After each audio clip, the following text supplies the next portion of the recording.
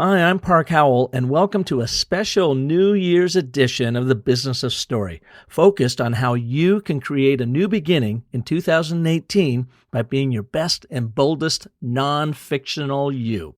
Now, one of the best ways to do that is, of course, to download your DIY Brand Story Strategy Workbook that will help you clarify your story to amplify your impact and simplify your life. Whether you want to get crystal clear on your personal brand story to increase your influence and career opportunities, or get your organizational brand story straight to grow your business and your people, the proven story cycle system will work for you. I guarantee it.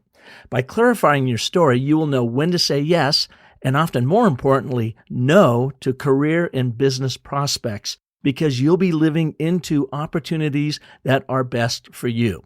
You'll amplify your impact because people will now understand what you stand for, and they will be attracted to you and your story to help you grow.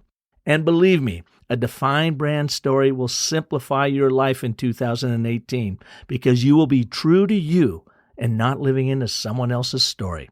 So give yourself a better shot at the prosperous new year you deserve by downloading your Business of Story DIY workbook right now and make this your best year ever. I thought it was just a stupid picture of a pig in the ocean. But after hearing that story, I had to have it. Now I wasn't just buying a picture. I was buying a story. Story literally made the picture worth more money to me.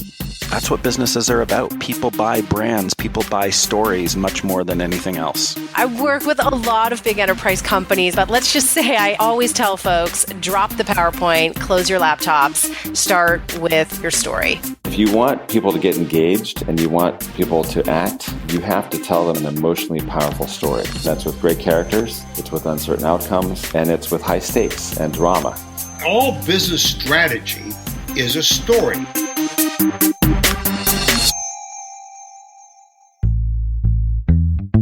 Today is all about new beginnings, and with us is a remarkable young lady and professional, Charlotte Vitak, who started the My Story Project at the University of San Diego after nearly dropping out her freshman year for feeling like she just didn't fit in. And now she has a growing business and online community that helps people understand and own their personal story to connect in a fictional world by being their best and boldest non-fictional selves. Make no mistake, you don't have to be or have a freshman in college to learn how to use Charlotte's advice in your own life, especially if you're trying something new or trying to muster the courage to do something new. Charlotte is wise beyond her years, and after having 124 guests on our show, I find her outlook and her approach so refreshing. You'll learn the importance of listening and empathy long before you begin telling your story, especially in our self-centered, selfie world. The power of having the guts to be authentic and vulnerable, and how to make your story as clear as it can possibly be so that you are truly heard. And finally, the power of patience to allow your story to unfold at its pace, not yours. So let's let this special New Year's edition of the Business of Story unfold right now with Charlotte Vitak. Charlotte, welcome to Business of Story. I'm just delighted to have you here today. Thank you so much for having me. I'm honored to be on the show. You are really our New Year's Eve show. I mean, because you and I were talking a week or so ago, and you were telling me about some of the amazing stuff that you're doing with young professionals, college students, kids, freshmen going in and helping them understand their story. And what newer beginning is there in one's life than your first day of school at university? So it's so great to have you here because you're doing some really neat things with storytelling in them. And I'm just glad you're taking the time to be here with us. Yeah, I'm so happy to share my work and to kind of share a different perspective on storytelling. So I'm excited. Now, what were you doing over the weekend? Yeah, so over the weekend, I attended a 2-day workshop with the Op-Ed Project, it's a workshop that they run to teach different people how to write op-eds. So I'm really excited to start writing again. It was really just informational about how to own your expertise, how to know kind of your point of view and your perspective, and then translate that into meaningful stories that can be published. So I'm excited to kind of jump into that and make writing more part of my routine. So that was a great weekend for Well, me. and given everything that's happening in the Trump administration and the crazy Republicans and the wacky Democrats and everything else going on out there, it seems like op-ed writing would be a pretty good skill for just about anybody who wants to be heard out there these days. Exactly. And making it poignant and relevant in a time where media is oversaturated, and still having the confidence to put your voice out there, I think that was really useful for me. So if anybody's interested, the op-ed project, it's really, really well done. I would highly recommend it. Who puts on the op-ed project, and can you find it around the country? Yes, yeah, they do workshops around the country, and the woman who runs it, her name, it's not coming to me right now, but she is an Echoing Green Fellow and an Ashoka Fellow. Oh, Katie Orenstein, that's right. And she's just a total badass and has started this program from scratch. It's been running for, I think, almost 10 years, and they've done almost thousands of workshops. So. Okay, so while you're talking, I jumped over here to the interwebs, pulled it up, the op-ed, OPED project.org. Yep. And their whole purpose-driven mission was what? Just like you said, helping people really own their message, own their story, and be able to articulate it in a way that others can connect with it. Yeah. Very cool. So you are a very young professional finding your way, and you're doing some really interesting things with your story work at mystorycommunity.com. Why don't you give our listeners a little bit of your backstory and how this all came about? Yeah, so I attended the University of San Diego, and as a freshman coming in, I had a really difficult time transitioning to college. I'm from the East Coast. It was a big move out to California, but I was away from family and friends, so it was a big transition for me. And where did you grow up on the East Coast? Washington, D.C. I'm from Washington, D.C. area. D.C. And why did you decide the left coast to go to school? Well, my parents did not give me a radius, and I said, okay, well then I'm going to go somewhere sunny and warm. So I was happy with that decision for sure. I applied to schools all over California, and San Diego was where I ended up, and I was very, very happy with that. But nonetheless, even though it was sunny and beautiful, and if anybody's ever been to University of San Diego's campus, they know it's beautiful and stunning. But nonetheless, that transition was still really hard. And I almost transferred out, but I came back for my sophomore year, and I really started to dive in to different clubs and organizations and try to really sink my teeth into the community. And what I started to notice was that there were a lot of different clubs that were having the same issue and coming up with similar solutions, but ended up preaching to their own choir. So I would go to women's center meetings or Black student union meetings, multicultural center meetings, and all of these groups would kind of, just be talking to themselves like only women would show up to the women's center meetings and men wouldn't be there, and they're part of the solution. And then, people of color would be showing up to these different racial clubs, and white students wouldn't be there, and they're part of the solution. So what I found was that we needed really to get everybody into the same room. And so I selected 5 storytellers, one from each of those groups, and had them tell their stories. Okay, before we get into that, Charlotte, let's just step back to your freshman year. Yeah. So you sound like a fairly, pretty outgoing individual, and now what you've done with mystorycommunity.com, you obviously have this entrepreneurial spirit. So you're not afraid of risk. Right. You are willing to embrace ambiguity and put yourself out there in the world. What was it about your freshman year that was so difficult that probably reflects a lot of freshman years for a lot of people? I felt like there was a lot of pressure.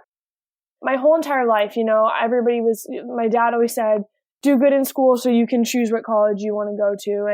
And so everything that I'd worked up to that point was for going to college. And so when I got there and realized that it wasn't everything that I thought it was going to be, I felt like I was letting myself down. I thought that I was letting everybody who supported me to get me there, I felt like I was letting them down, because at first USD wasn't an exactly perfect fit. And I think that we're all told that college is the best 4 years of your life. So when you get there and you are faced with challenges, you become really discouraged because you think that you're supposed to be living this ideal collegiate dream, and that isn't always the case, not for everyone.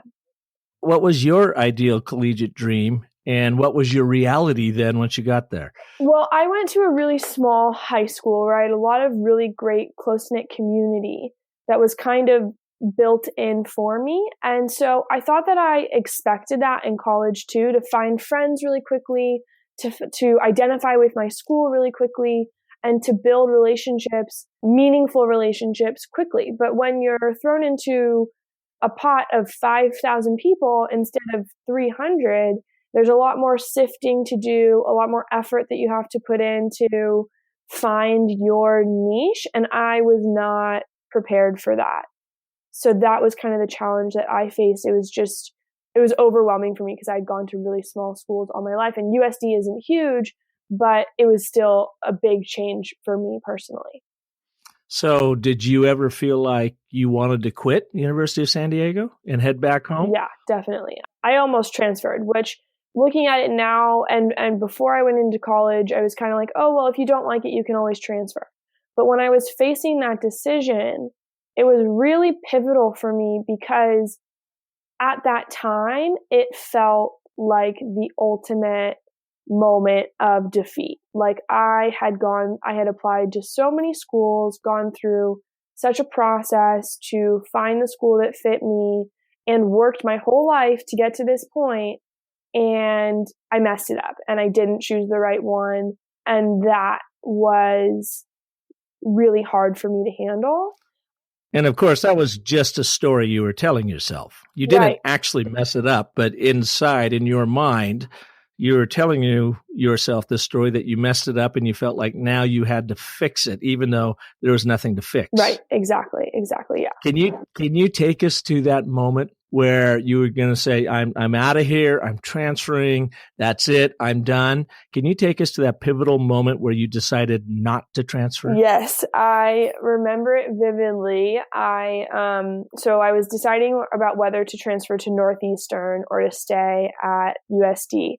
And my mom, this was like a big decision that I was making with my mom.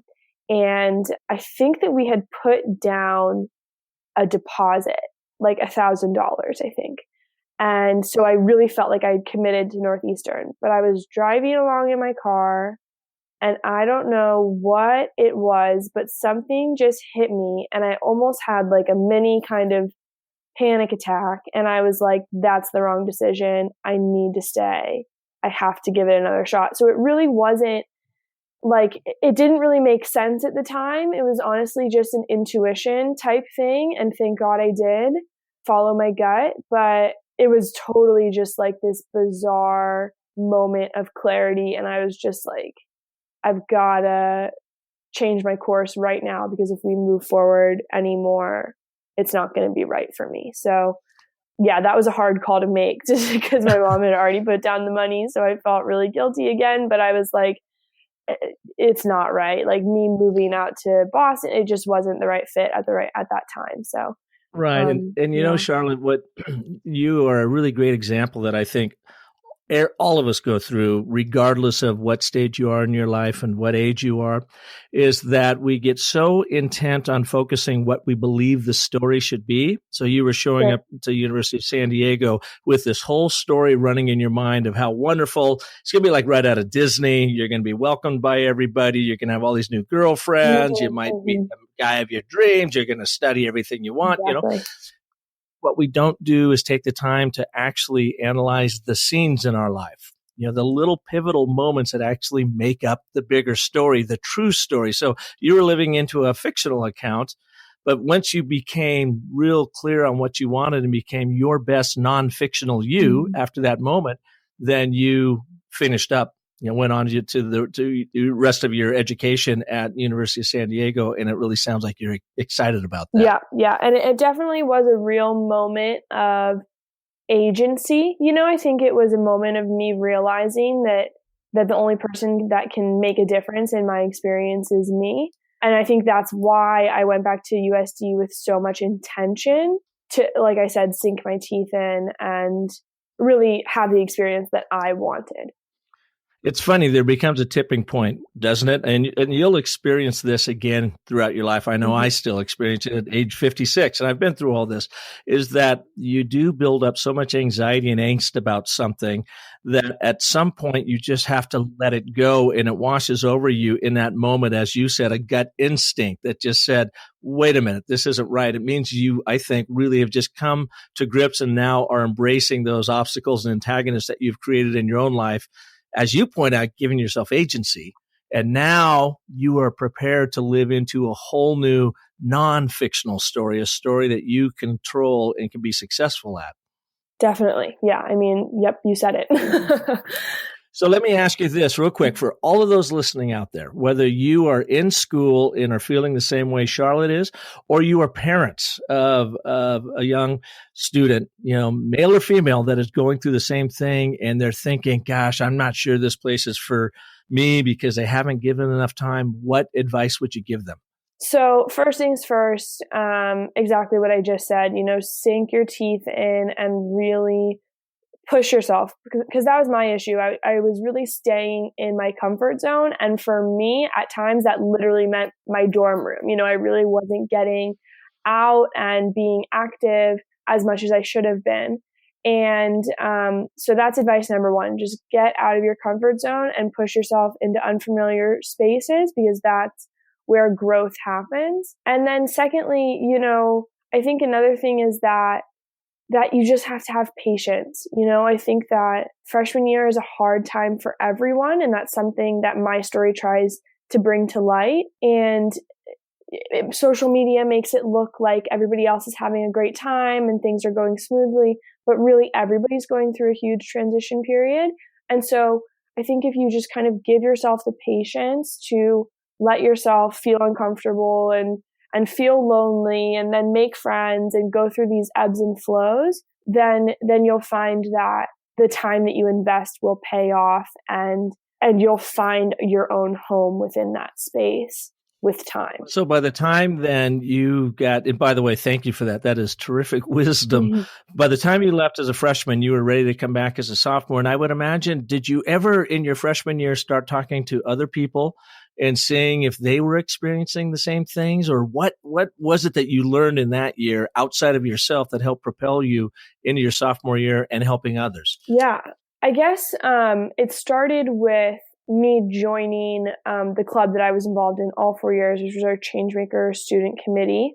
And with that, I found other students who were interested in the simple task of making USD a better community and making the world a better place. And through that, I gained networks that connected me and kind of opened my eyes to things that were going on campus. And through that, I understood that other students were struggling with the same thing. And it really did happen when I came back for my sophomore year, and I started to just insert myself in situations where I didn't always feel like I belonged, and just try to listen was my biggest thing. Like, I just felt like I spent so much of my freshman year thinking about myself in my own head and kind of whining at times about everything that was wrong in my life, when really I had a lot to be thankful for.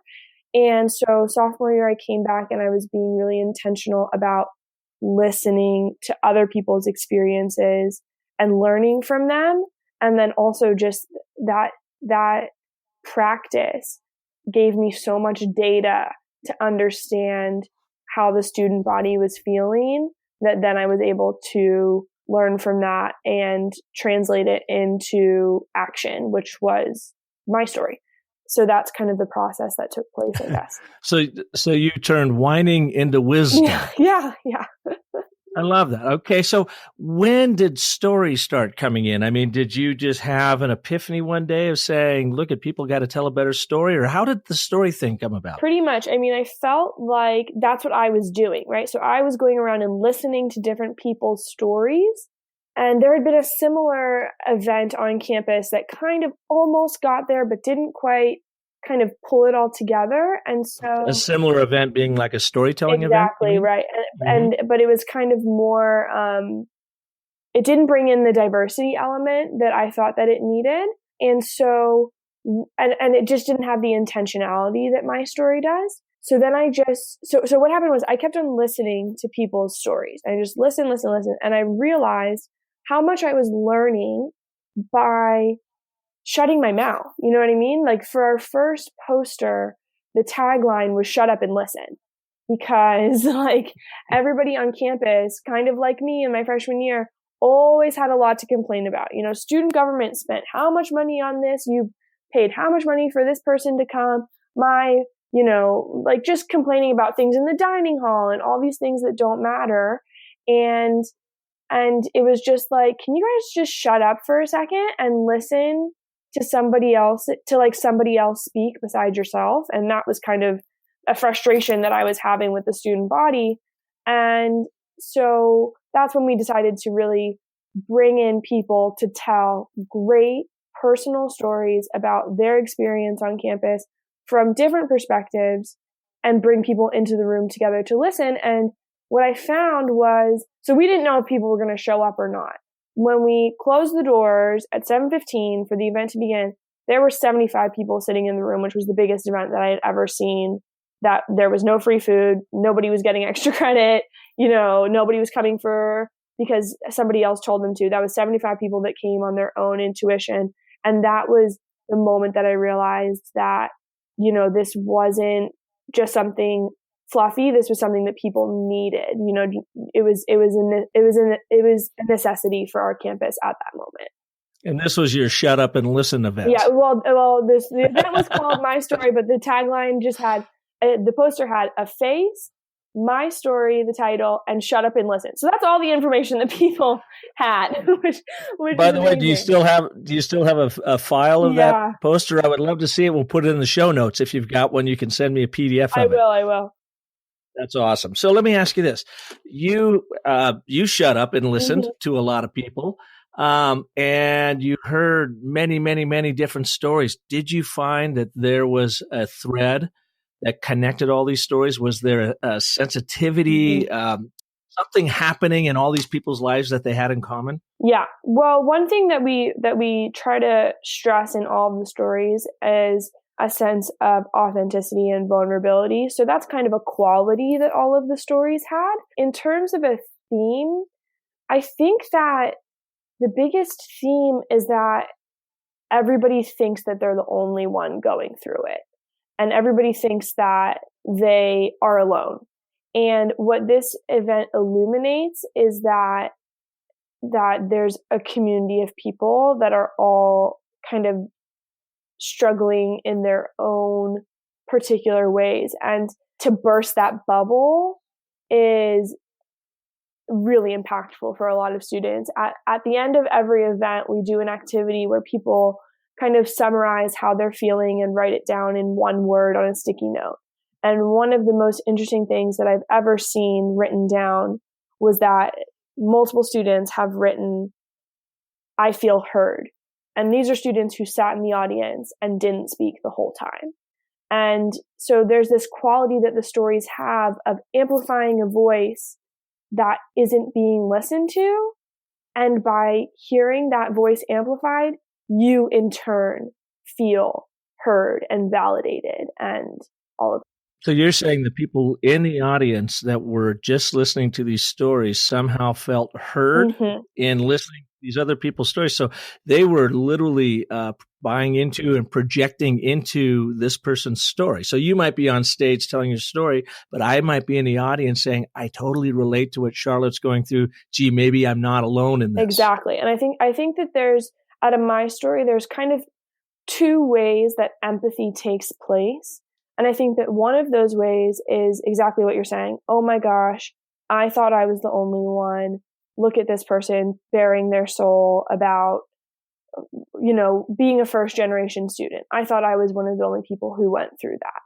And then on the other hand, you have another student sitting in the room saying, oh my gosh, I didn't even realize that was an event or like a phenomenon that happens on our campus. How could I be so ignorant to something that's going on to the person sitting right next to me in class, And so you kind of experience empathy in these two different ways of, an extreme connection because you have something similar going on, or just an extreme sense of empathy, I guess really is the best way to describe it, of, oh my gosh, because of the way you told this story, I know how you're feeling, but I didn't even know that existed.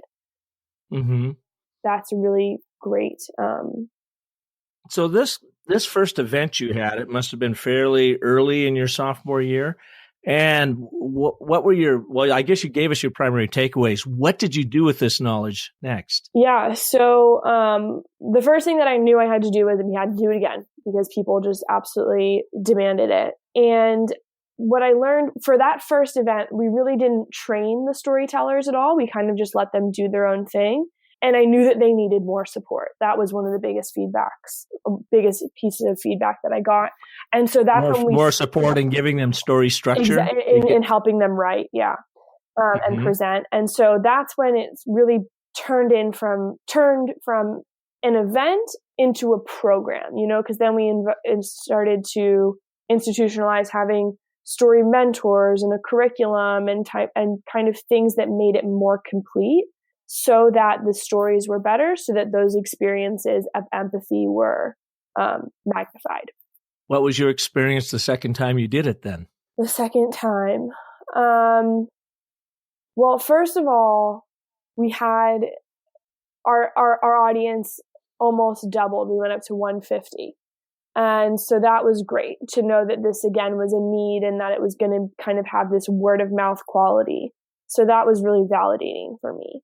And then from there, then my dreams just got bigger kind of, because we had 5 students share their stories again. And then my mind just kind of started running wild. And I kept on, again, keeping an ear to the ground and trying to see what was going on campus. And then I realized, there's a lot of kind of tug and pull between administration and students. So then I was like, we need to get administrators telling their stories and professors telling their stories, all the way to somebody in the cafeteria who works in our cafeteria telling our stories. So then we did a My Story community edition where we had people from all different facets of the university tell their stories. And then, and then from there it got bigger and we moved off campus and then we went to a conference. So I think what each new My Story brought was like just the validation and the permission to make it be bigger, to make it be more powerful, and to apply it in different ways. And that was really exciting to kind of to plug and play with what works, what doesn't, and then learn and move on and iterate. So I'm so thankful that USD gave me the space to learn how to innovate and kind of design a program through trial and error and prototyping, essentially, but with these events. So, Charlotte, did your events as they grew, were they in response to what you experienced as a freshman to help other freshmen go through a better experience? Or was it really more about helping anybody within the student body population that feels like they're not being heard, or they're not living into the right story, they're not on the right track, they're frustrated, they're lonely, or they're whatever?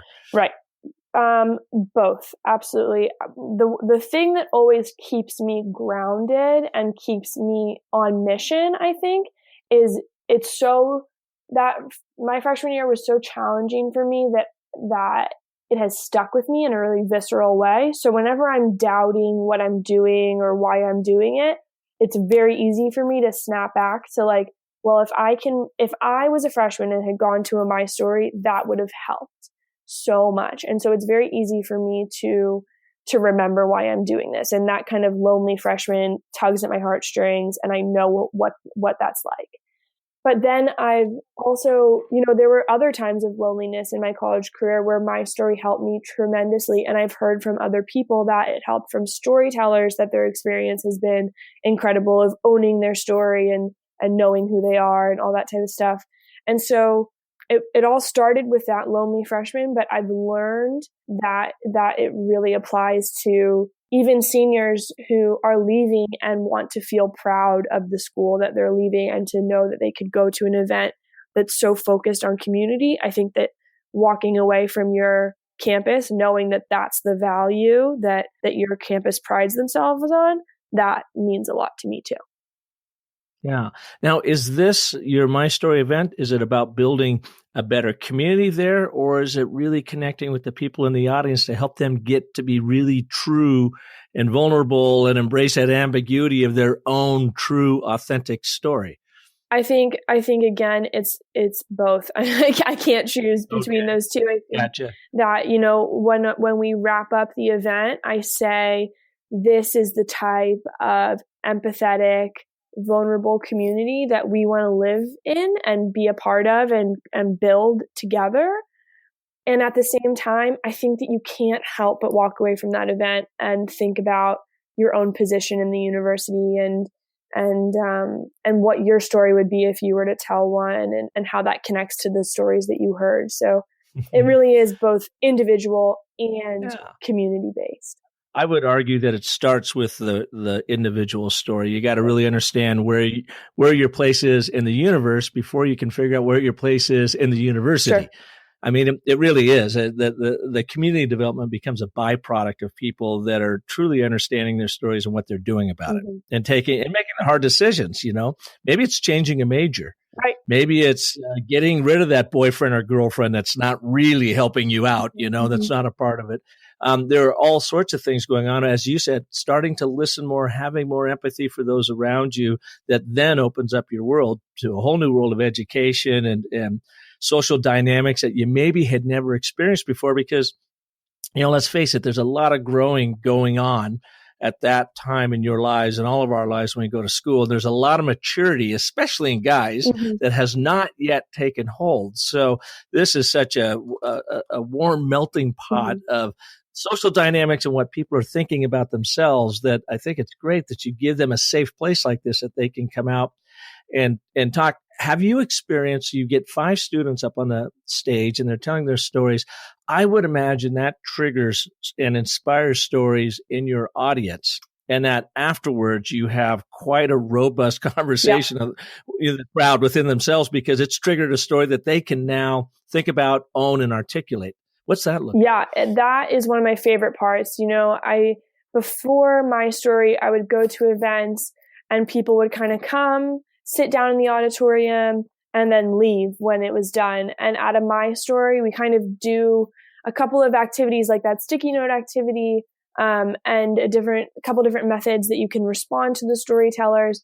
But beyond kind of the things that we built in, people just stay. They just stay and chat. They chat to their neighbor, the new person that they met. And that is my favorite part. There's just this buzz in the room afterwards where people just stick around and debrief, and dissect and think about what they're doing on their own. And that is so powerful to me, that people are going to, spend even more time than what they thought they were going to do, because this event keeps them in the room. And that's where the community starts to really build, once people get to express themselves afterwards. And how long ago did you graduate, and what did you graduate in? Yeah, so I just graduated in May, so about 6 months ago. And congratulations. Thank you very much. And I graduated with a degree in sociology and a minor in peace and justice. Perfect. Yes. Perfect. And now you have created a cottage industry for yourself in storytelling at mystorycommunity.com. Tell us about that. I mean, how did you grow what you did at University of San Diego into now your own career? Yeah. So that was definitely one of the most exciting turning points of my life, I would have to say. So what happened was I presented the model at the Ashoka U conference in Miami. And what is that? What's the Ashoka U? Ashoka U is an organization. Ashoka is their parent organization, which is an organization that focuses on social innovation and social entrepreneurship. And they identify fellows around the world who are doing amazing work in social innovation and trying to build the world to be a better place through sustainable solutions. And Ashoka U realized that colleges weren't preparing students to properly be change makers. So what they did was develop a network of universities who were doing great work to build their students into change makers. And they hold a conference every year called the Ashoka U Exchange. And USD is a changemaker campus. It has this designation as part of the network. And so I've been so fortunate to be able to attend the exchange a couple times. And so in my senior year, I presented and we did a mini My Story with 3 people and then did kind of a how-to session. I was really just presenting it to be like, hey, you can do a My Story at your school too. Like I wasn't trying to monetize it at all.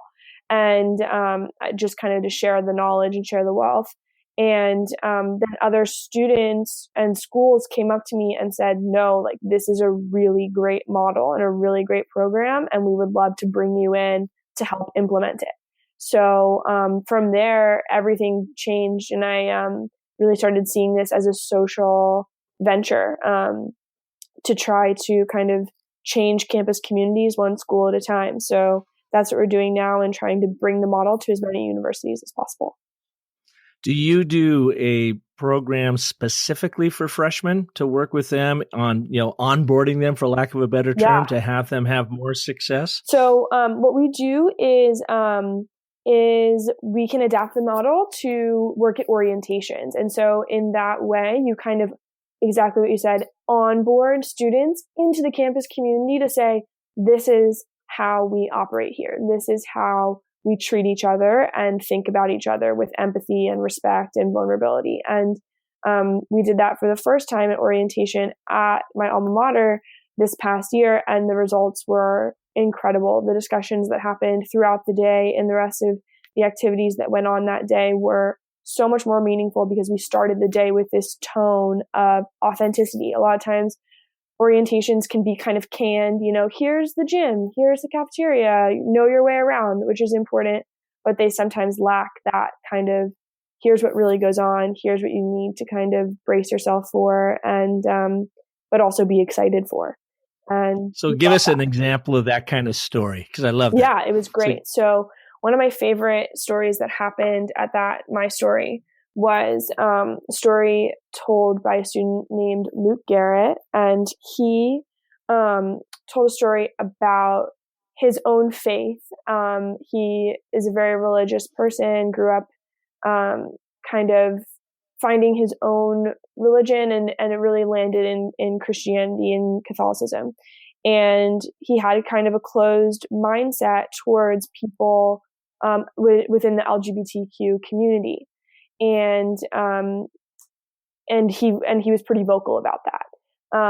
And then what ended up happening was his sister came out to him, but this was a year after he had been at USD, and kind of those walls that he had built up through his religion had broken down, and he had come to understand that the LGBT community deserves the same respect as everybody else.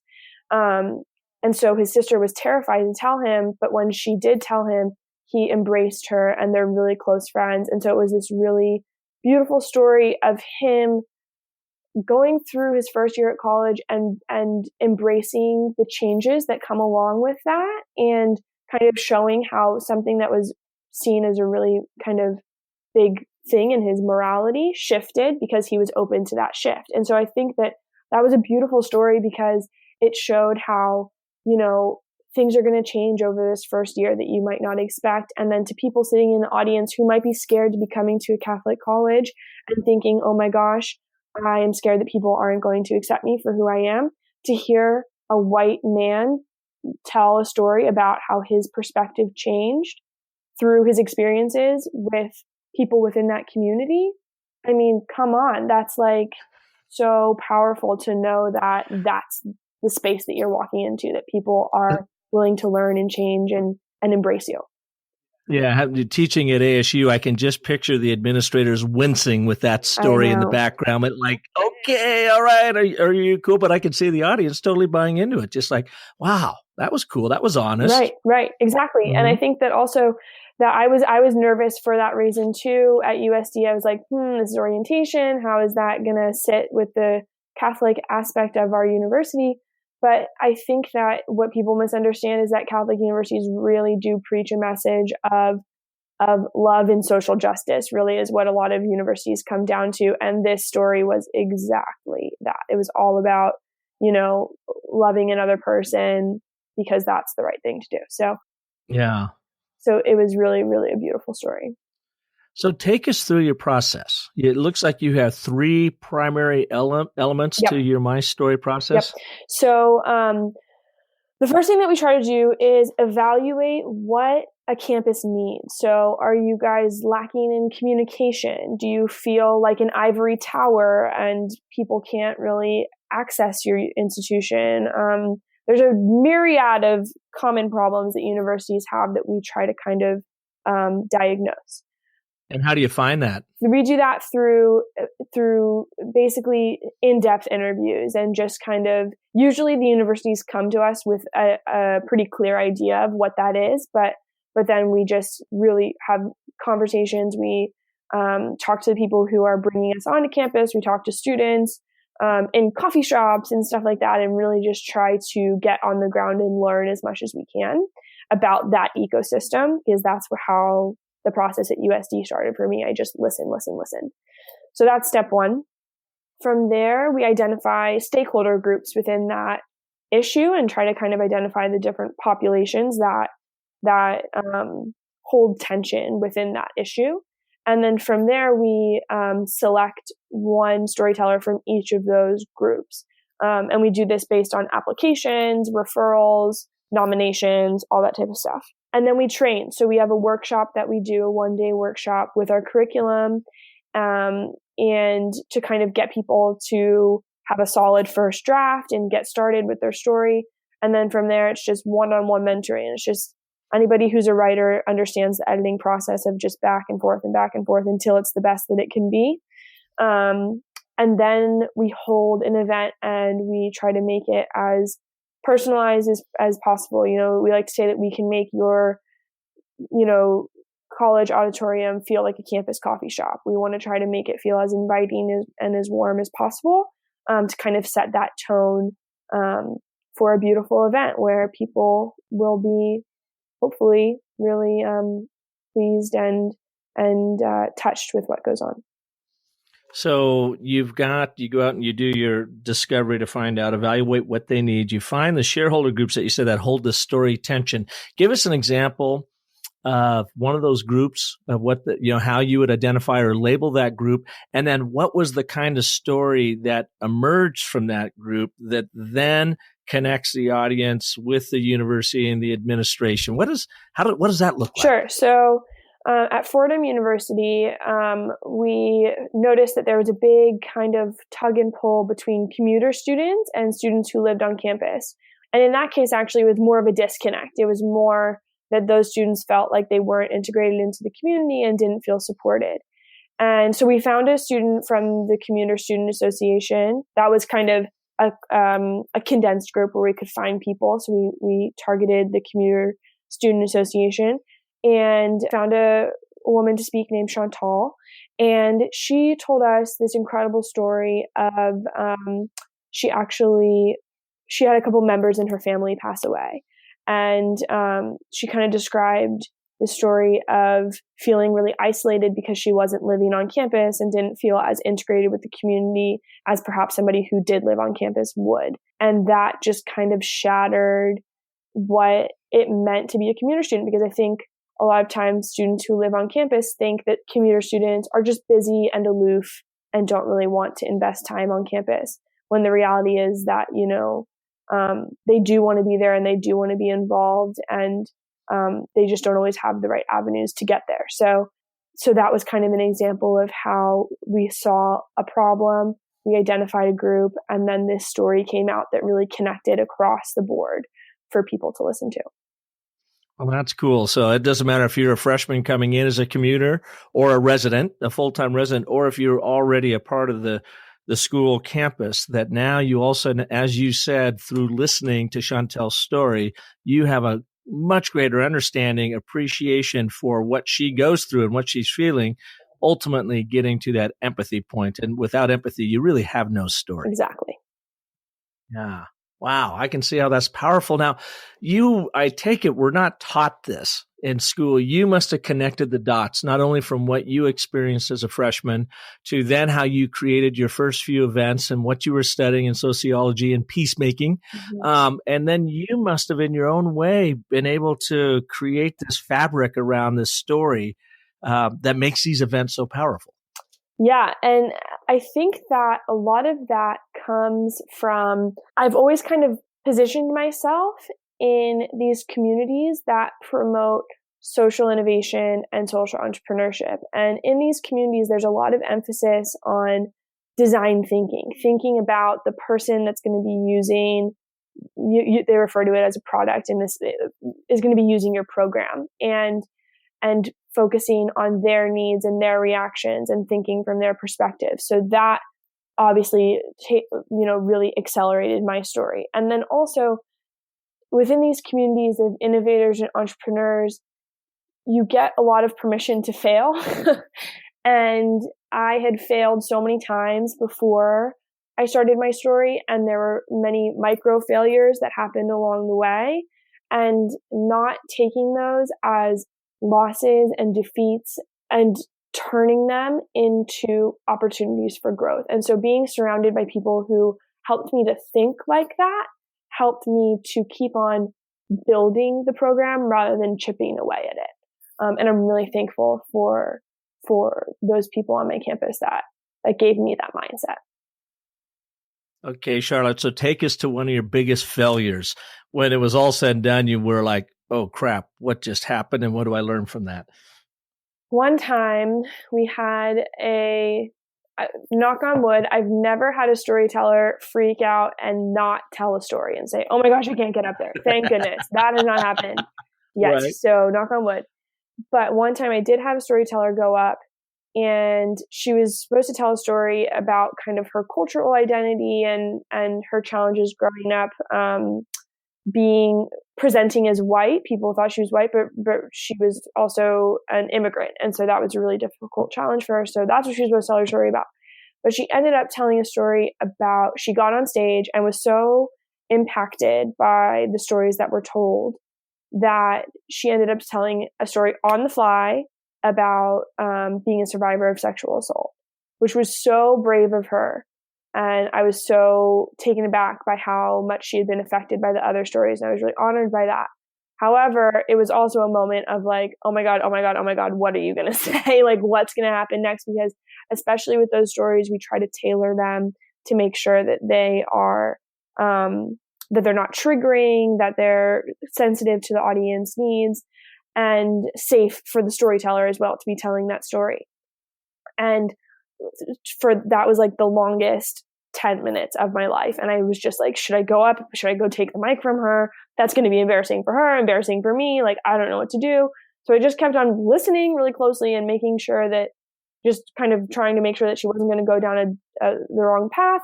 And she ended up finishing the story and everything was okay. But for me, that was like, oh my goodness, like we can never let that happen again. Like we cannot let people are free to say whatever they want to say. Like it's a totally neutral platform, but we have to know what's going to be said before they go up there. So after that, I really was kind of like, I need to really think about my responsibility as a facilitator for this, to take a little bit more control of the situation. And that could have been a moment where it was like, I'm not equipped. I don't know what to do.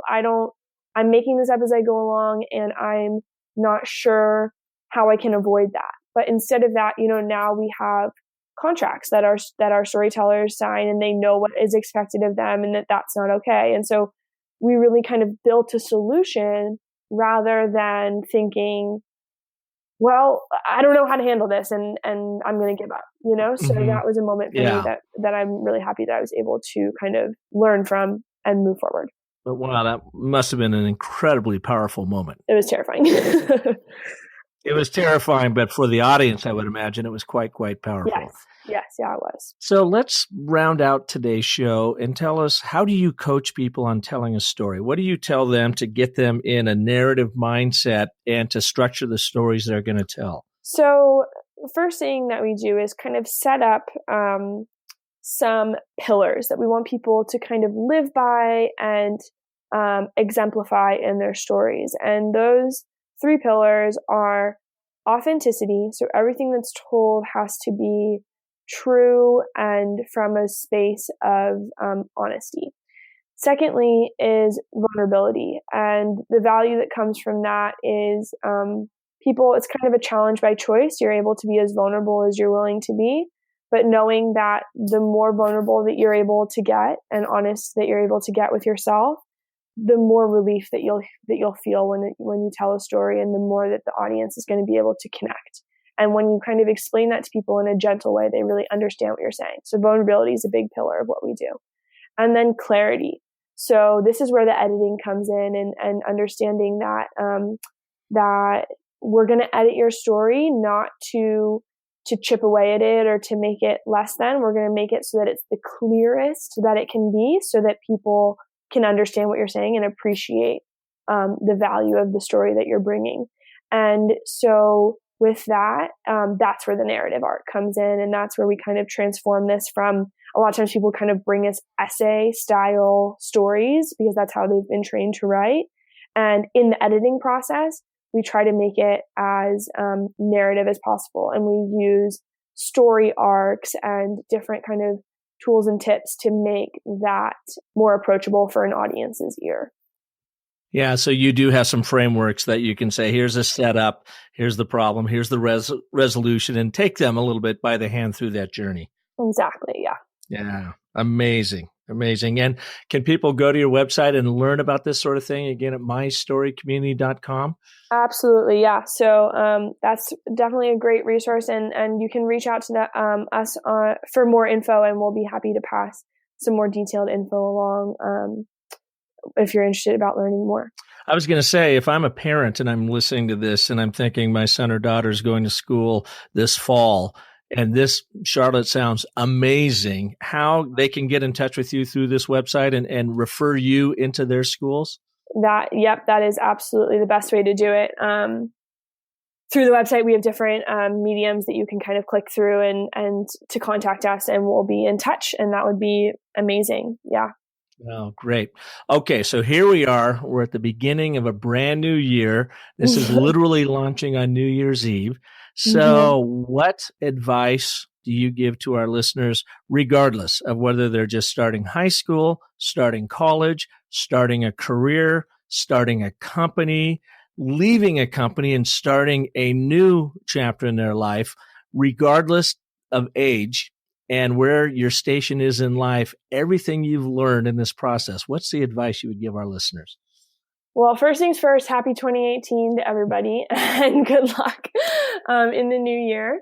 And I think I have two pieces of advice, and there's something that I've come across recently, especially in this journey of entrepreneurship that I've been traveling through for the past 6 months. The first is patience. I mean, I've learned so much about how if you do the work and put in the time and keep your eyes clear and your sights forward, that things will fall into place even when you're frustrated and things just don't seem to not be going your way. Next week, things will turn up, or next month, or even within the hour, things can turn around. So just patience is and have grace with yourself to be able to know that, it's okay that it doesn't feel right now, or that things aren't necessarily, taking, but if you kind of keep your intentions right, things will fall into the right place. So just be patient for it to happen. My second thing is something that I've been learning a lot recently, again, because I found myself kind of falling into my freshman ways and whining about a lot of stuff. And so my new motto is, when in doubt, start with gratitude. And so whenever I'm doubting my business, whenever I'm doubting my personal, life path or anything like that, I just stop complaining about whatever's going on. And I try to think of things that I should be so thankful for, that I have a roof over my head, that I have the opportunity to start a business being so young, and that my parents are being supportive and not breathing down my neck. And there's just so many things to be thankful for. And then that just motivates you to move forward. So patience and gratitude will get you through the next year for sure. How did you get so smart at such a young age? I think too much. Well, Charlotte, thank you so much for being with us on this edition of Business of Story. Really, really an incredible story. Thank you so much for having me. I'm so grateful to have the opportunity to share it. And if you all want to see Charlotte in action, are you going to be at a university anytime soon? So the next thing that I'll be doing is I'll be at the Ashoka U Exchange again in April. That's the next thing that I know for sure. There's a couple things in the works. So I'll be at the Ashoka U Exchange in April in Boston. And then I also have something planned for far out in July. I'll be back at USD for the Association of Catholic Colleges and University Conference at USD in July. And we'll be doing a full-blown My Story at that one, which will be awesome. This is incredible, and I am definitely going to share this with a number of people I know at Arizona State University who I believe could use your program. And my alma mater, Washington State University, good old Wazoo, I'm going to send this link to them too. And for you out there, if you know somebody in the university ranks that you feel like they could really benefit from Charlotte's story workshops, her event, by all means, send them a link to this show. Within the show notes will be all kinds of links, or go directly to Charlotte at mystorycommunity.com. So thank you. Thank you so much. It's been awesome. And thank you for listening to this edition of Business of Story. If I can be of service to you, you know where to find me, businessofstory.com. And if you really want to start getting your story together in the new year, whether it's your personal brand story to grow your influence or your professional brand story to grow your organization, to grow your people, to grow your service offering, help me clarify your story to amplify your impact and ultimately simplify your life. You can start by downloading your DIY story strategy workbook at businessofstory.com. It's only $45. It's the investment that can lead to literally millions of dollars in revenue by focusing and getting your brand story straight. I've got many, many people who have done that very thing, and I'm here to help you do it too. So thank you for listening, and join us next week when we will have another amazing story artist like Charlotte right here on Business of Story. And until then, remember, the most potent story you are ever going to tell is the story you tell yourself. So make it a great one for 2018.